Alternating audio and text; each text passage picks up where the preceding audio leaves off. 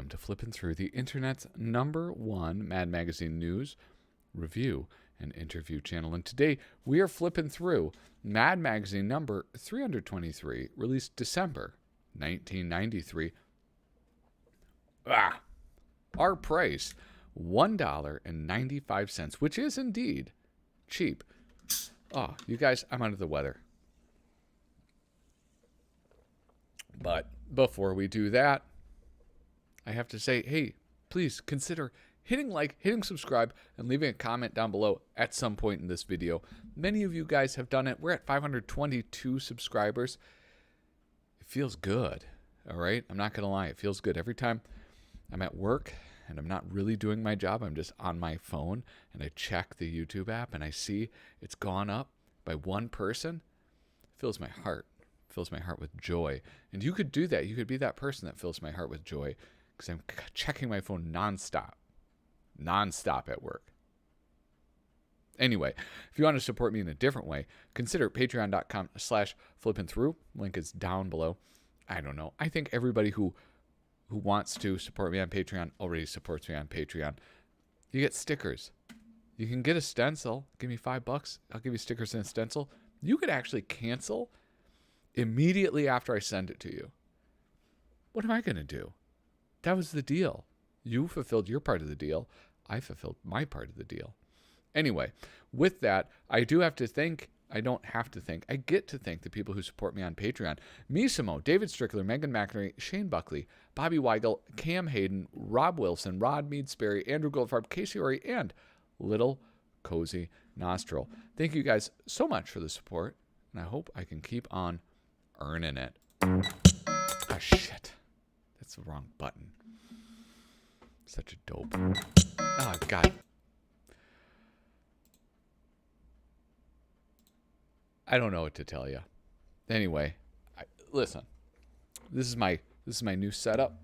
I no longer can see my face.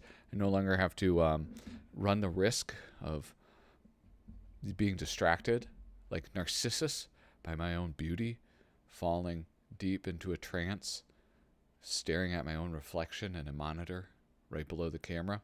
No more of that. Now I can just look at the camera or look at madcoversite.com, where I get all sorts of really good information that helps me sound like I know what I'm talking about. I got to mute my phone. All right. So with this one, Mad Magazine number 323, super cool cover.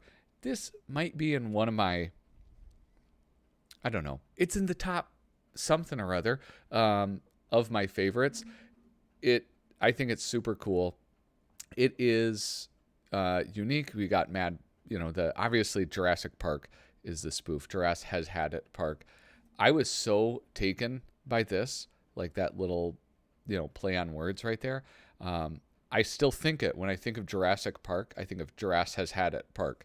I love the picture, the silhouette of Alfred E. Newman's skull, and even more than all of that, it has. I wonder if I can capture it. It has spot gloss, which I don't know if it was new, but it was not something I think that was very common in 1993. You see it a lot in comic books now, but you get matte all around here. All of this is the sort of sateen or matte. I know that's not the same thing, but I don't know what it is actually. And then this is glossy, and it looks fantastic. Something else that is special about this that I did not realize until I went to Mad Cover Site is, here I realize I don't, boom, here we'll do hit browser. It's a double cover. I didn't realize that. So I'm looking not at this one, but we had the yellow background with the white border, and then we had the red background with the yellow border. What do I have to do? I do that. Hopefully I did that right. I don't know. I think I'm partial to this one. Like looking at the two, I think this is the one. This is the better one of the two. Anyway, let's get into this issue. Here we have Mad Unplugged, 95 unelectrifying pages. I don't have this one. I don't own this one. The super specials are kind of low on my priority list. All I want is regular issues. I do have a big collection of the paperbacks. That also is pretty low on my priority list. I think I'm just after the regular issues, and then anything outside of that is gravy, as they say. This is kind of cool, though. Kind of cool cover. I don't know. I don't really have that much to say about it. Here we have... wait, what is this? What's going on here? Oh, I had this weird... Hopefully it wasn't recording that weird red border that I was seeing. Let's move over to this and look at the vital features. Vital features. Here we have Girasse Has Had It Park, a MAD movie satire. Mort Drucker. Here we have the 10 Commandments of Dieting. I want to say John Caldwell. But this artist is one, I feel like it's this other guy that I always mistake for John Caldwell. So I'm not exactly sure who that is. This is Tulka. This is Rick Tulka. This is Tom Bunk. MAD goes to a skinhead convention. Here, a MAD look at Sergio Aragonés. And then right here, Dive, another MAD movie satire, Angelo Torres. Who is this? This is not Caldwell. It's, I don't know. We'll find out. There's probably people commenting or not commenting, because you guys never comment what I tell you to comment. Who's your favorite person that you mistake for John Caldwell? Yeah, I am a little bit under the weather, so I got to be sipping more of this. I also have to just swallow a lot. I'm sorry. It's like I'm very phlegmy, and it's disgusting. And I apologize for that. Here we go. You know, MAD grads, people wearing MAD magazine stuff. Wait a second. Here, look at. On the left, Connecticut resident and former MAD intern Matt Cohen graduates from Brandeis University wearing a What Me Worry cap. Well, 3,000 miles away in California, another Cohen, Eric, no relation to Matt Cohen, graduates from Montgomery High School wearing an Alfred E. Newman t-shirt under his Coincidence? Fa, fa, fa. And then we have this. Elvis sighting. In Al Jaffe's On the Road with Bill and Hillary, on the back cover of issue 320, the doctor in the last panel says, thinking you see Elvis is one of the last signs of insanity. So if we see the picture of Elvis in the 4 panels, does that mean we are insane? Well, hey, Helen Olsen, thanks for explaining the joke. I hope that's what he said. Helene, what the? Holy, hey, we didn't. Why, that sneaky Jaffe. That is kind of clever, though, the way he painted that in. I think they altered it to emphasize the hidden Elvis. Yeah. All right. There we go. G.I. Jerk? Oh, this is good. Oh, this is good. I think this guy's pissed. It's the best. G.I. Jerk. After subscribing to MAD for at least 30 years, issue 321 definitely contains the faint aroma of political correctness. The aroma is quite unpleasant. Something like rancid chicken fat.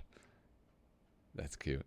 I refer to the back cover, great moments in military toy history, which must have been reworked countless times until it was bland enough to be accepted to whichever gay lesbian group in NYC reviews satirical material for magazines prior to publication. With the demise of William M. Gaines, I suppose it was inevitable that the new crop of Clintonites, commie libs, that just means that that's a misspelling. It should be COMMIE, libs, and feminists would finally gain control of MAD. These individuals would, I suspect, gladly sink the magazine rather than offend any children of the rainbow. The MAD habit is hard to break. I will stick with you until the New Age propaganda becomes too impalatable.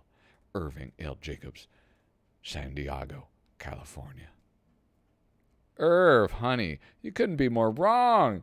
Our back covers are, in fact, screened by a blue ribbon panel of respected organizations such as the FBI, founded by that great American J. Edgar Hoover, the law offices formerly headed by that other great American Roy Cohn, a few priests from the New York Archdiocese, and finally, we don't run anything until we get a big thumbs up from Rush Limbaugh, Big Ed. Sitting behind the golden EIB microphone. R.I.P. Rush. I love that. My favorite part of any Mad magazine is pissed off people. And I'm just so glad they ran it. That makes me happy. It really does. It makes my day. Here we have that Girasse has had at Park. Far be it from me to criticize Mort Drucker. But doesn't this seem very empty? Seems kind of strange to me. I don't know. Who am I? I don't know anything. But these are pretty fun caricatures. Not very dynamic, but what are you going to do? How old was he at this point? Oh, he was like a spry 70 or something. Something insane like that, right? Max Korn was here. It's fun. It's fun. It's funny. I wonder if they talked about the whole, like, kids. Like, oh, we're kids. We're going to save the day. Let's see. Yeah. All right. Here we go. Tom Chaney. So the 10 Commandments of Dieting, that's the guy I always mistake for John Caldwell. All right, so I'm gonna zoom in and then just slide this around as best I can, and hopefully I'll stay in frame. All right, number 1, thou shalt not throw body checks at a buffet table. Thou shalt not spend more than 1 week's salary on a single vending machine. Thou shalt not store food in thy cheeks. Oh my God, that's so disturbing. They look like 2 massive testicles. Hamsters are I was always kind of disturbed by hamsters. I never owned one as a child. I was not allowed to own any pet that I wanted. That's a joke, of course, because I was spoiled. Thou shalt not slam dunk mashed potatoes. Oh yeah, hamsters. I never owned a hamster, but my friends did, and it was just always so bizarre how their cheeks would puff up. I was disgusted by it. Thou shalt not eat with garden tools. Thou shalt not turbocharge thy salad shooter. Thou shalt not operate more than 1 microwave at a time. Thou shalt not covet thy neighbor's junk food. Thou shalt not order more pizza than can fit in your house. And then thou shalt not eat by Bucket Brigade. This kind of reminds me of that Monty Python, The Meaning of Life. Oh, I can't eat. I couldn't eat another bite. I'd burst. Oh, I haven't watched that in so long. I don't think I've watched that movie since high school. What is this, a Clark Edwing one? Manic Edwing. Very close. You know what should have tipped me off? Oh, wait. He doesn't do it. Normally he does all this, like a bunch of sound effects. It'd be like globe, globe, globe. Woo, plonk. However you do that sound effect, and then it would be blam. I do like it. I like his illustration style of the Spy versus Spy. Like this. It does look more, I don't know, action-packed. That sounds so stupid to say. Here we have, oh, this is fun. Look at this. MAD. Okay, no matter what decade you entered school, the first day is always filled with excitement and adventure. To illustrate our point, please put on your knapsack and join us as MAD studies the first day of school 30 years ago and today. Well, okay, so for those of you who are unaware, I know something about school. I work at a school. All right, here we go. 30 years ago, Miss Lichtig receives an apple from an anonymous student and shows it to her fellow teachers. Today, it's the same lady, Miss Lichtig receives a package from an anonymous student and shows it to the bomb squad. 30 years ago, Ed Navis, the class clown, is caught reading Playboy. Today, Mrs. McMahon, the art teacher, is caught posing for Playboy. I think that's happened. Truly. I think things like that have happened. Definitely with social media, like there's a lot of weird stuff that's happened with schools and some teachers. 30 years ago, his entire first grade class groans when Melvin asked the teacher, "Didn't you forget to give us homework?"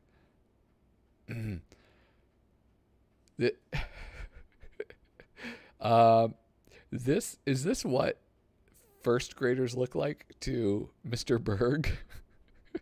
They look like high schoolers or something. Today, his entire first grade class cheers when Rocco asked the teacher, "Hey, where the hell are the condoms?" Oh my God. Dick does Jane. Oh my God. 30 years ago, Nurse Dweezil treats the 5th grade's first case of whooping cough. Today, Nurse Dweezil treats the 5th grade's first case of morning sickness. Oh my God. This is so good. And this is quite fun. This is a fun thing, having Berg and Tolka teamed up for this. 30 years ago, students find mercury, lead, and cobalt in the periodic table. Today, students find mercury, lead, and cobalt in the drinking water. Here we have 30 years ago, 9th grader Clyde Kelly is caught cheating on a pop quiz. Today, 9th grader Scott Kelly is caught cheating on his common law wife. Oh my goodness. All right, I think this is the last one, and I got to move on. 30 years ago, in assembly, Mr. Police Captain tells students how to avoid being accosted by strangers. Today in assembly, Mr. Police Captain tells students how to avoid being shot by his men. Oh my goodness. Here we have the jocular Jurassic Jolt. I'll just zoom out for fun, and you can hit pause and appreciate that. All right. And then here we have artist Tom Bunk, writer Stan Hart, MAD goes to a skinhead convention. Here's Tom Brokaw. Oh, Sam Donaldson. That's who it is. Hello, I'm Sham Donaldson, and this special edition of ABC's Primetime Live, which for tonight might be better called Slime Time Live. We're here at the National Skinhead Bash to bring you an in-depth look at this fast-growing phenomenon. And like he's wearing like his Doc Martens and his suspenders.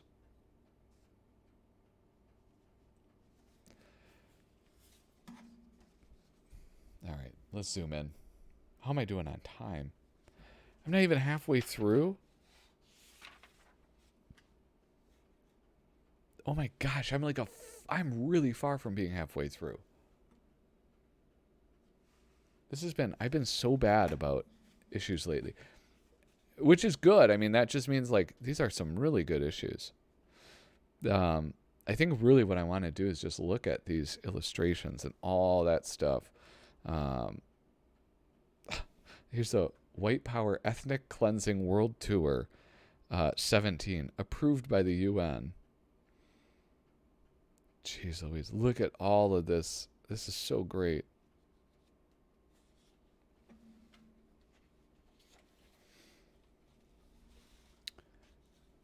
And this is like pretty this is like pretty wild. Hold on. Why is isn't Geraldo like or maybe is he Spanish? So he's European. He fits in, I guess. I don't know. I mean, like this is like pretty intense, even as like satire. I don't think they would really do something like this today. There's things that they obviously wouldn't do today, like the MAD flag, right? But this is something I wonder if this would also get cut. Like, I mean, it's pretty clear. Like all of the skinheads are like, what's the term? They're retarded, right? Like, look at them. They're like these morons. They have like this guy. If you like studied phrenology, like this is how you would draw a skinhead, right? So, but like even though that they are the butt of the joke, I wonder if this would get printed, like with that just sheer amount of swastikas and stuff, and sort of ironic comments about ethnic cleansing and white power. I'm very curious about that. Oh, this is that guy I love, Jerry Gersten. I don't know how to say his name. This is fantastic. So Hollywood and Washington, D.C. These are super fun. Oh, I wanted to look up. Did I see how much did Jerry Gersten actually do here? I say here. What I mean is, oh, yeah. Oh, that's interesting. It was just like late 80s, mid 90s. And then he was kind of done. Then it was like reprint stuff. Jerry Gersten. In Hollywood, they get away with dishing out ridiculous and totally unbelievable plot lines. I'm dead, but I'm not. In Washington, they get away with dishing out ridiculous and totally unbelievable testimony. I did not accept kickbacks. I did accept kickbacks, but I'm not corrupt. In Hollywood, a career can go down the tubes in 90 minutes. Crocodile Dundee. In Washington, what was his name? It was... Anyway, a career can go down the tubes in 60 minutes. Oh, classic. What's this? In Hollywood, offensive racial remarks are sometimes used as a realistic dialogue device. You ragu spaghetti eating something or other, welfare cheating, inner city. What does that do the right thing? In Washington, it's a political platform. And then there's David Duke. In Hollywood, a lot of directors are obsessed with special effects. In Washington, a lot of politicians are obsessed with special interests. Ernest! Know what I mean, Vern? In Hollywood, there's an annoying moron who never seems to shut up. Hey, Vern, I didn't even read that. In Washington, there's George Will. Playing left field is like being vice president. I don't get that reference. Sorry, guys. What is this? Is that Ernest? MAD gives a listen to obnoxious voicemail.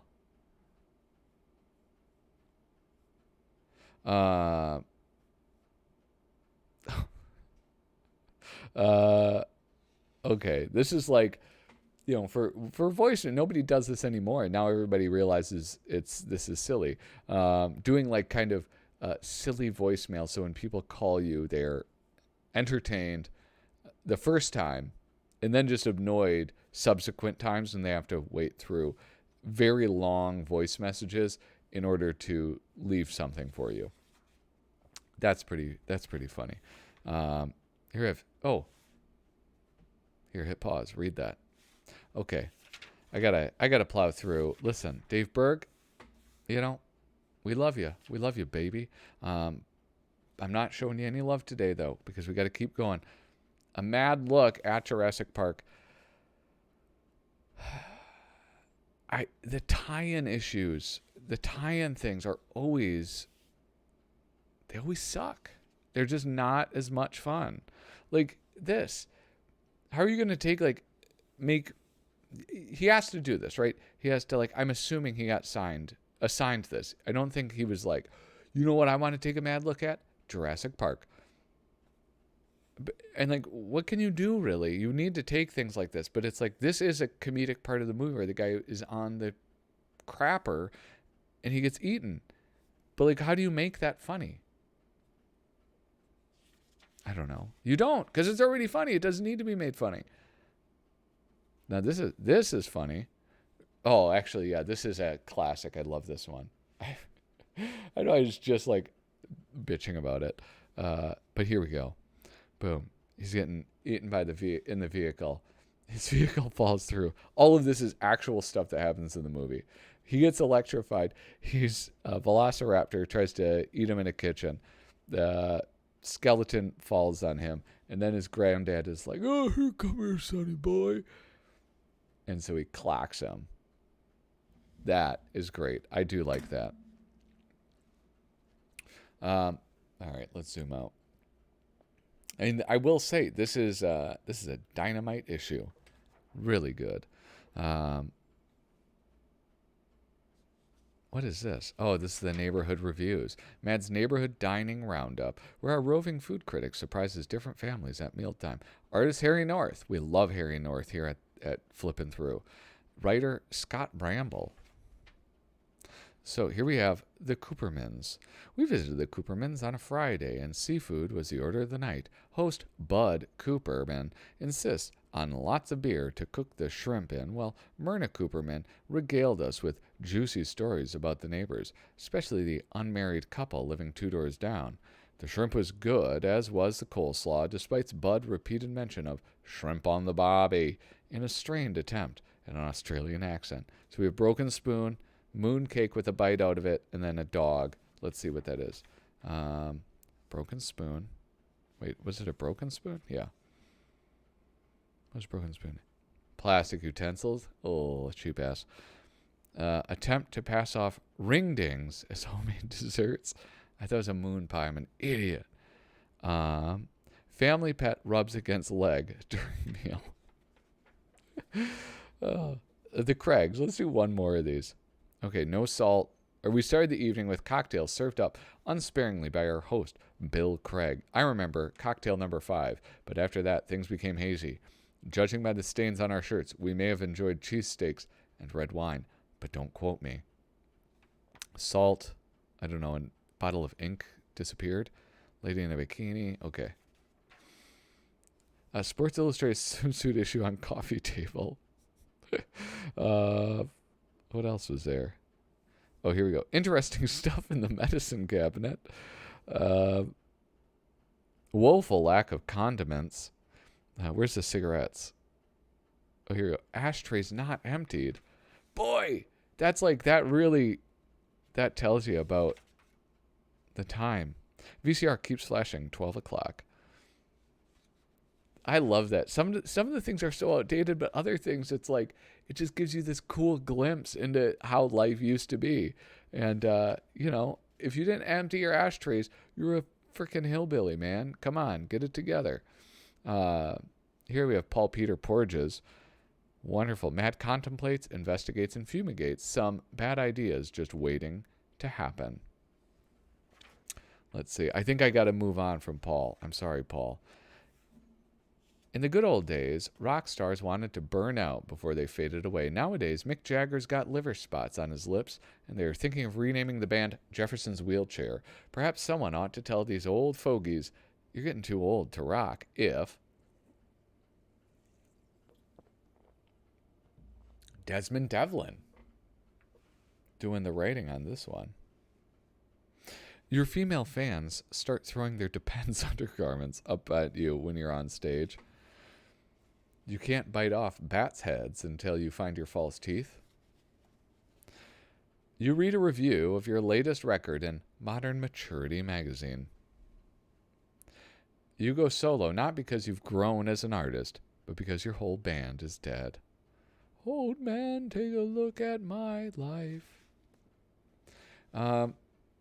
Fans stop searching for hidden messages on your albums and start seeing them in your wrinkles. I love Satan. The Traveling Wilburys aren't convinced you have enough youth appeal to join them on tour. Oh, man, the Traveling Wilburys were great. Uh-oh, what's this? Going into combat. Artist-writer Steve Greenberg. Bum bum. Bum bum bum bum bum. Bum bum bum bum bum bum bum bum. Bum bum. Bum bum bum bum bum. Wah, wah. That's a cute one. I think this is one of those guys. Which one is this? I'm going to go back. What is his name? Steven Greenberg? I think he has very few. No, I was way wrong. Wait. No, I was way right. Yeah, I think this is. I don't know why. Why did I know this? Yeah, Steve Greenberg. Three times he's been in it. That's it. This is his very first appearance. I thought this was great. I don't know why I know this. Have I flipped through this issue? That'd be horrible. Here we have Angelo Torres. 5 for 6. That is not very bad at all. I am going to power through this one. Sorry. No disrespect intended, Angelo. I do want to talk about this. It's a Nazi-heavy issue. Look at this. If Norman Rockwell depicted the 90s, Saturday Night Out with the boys, I don't really remember being, like, skinheads being, like, the big thing in the 90s. I guess I was 8 years old, but you would think that I would remember that. This one, however, this issue, I do want to talk about the paper cover because, ooh, you know you love it. The brown bag. The brown bag covers were so good. And this is an awesome one, Scratch and Sniff. And this is sent to my brother on Pillsbury Avenue in Minneapolis. Austin McInerney. Anyway, hey guys, thank you so much for tuning in. If you've enjoyed this, if you're somehow still watching, please consider hitting like and subscribe. Leave a comment down below. I really appreciate all the support, and I hope that I can keep this channel growing. And yeah, with that, toodaloo.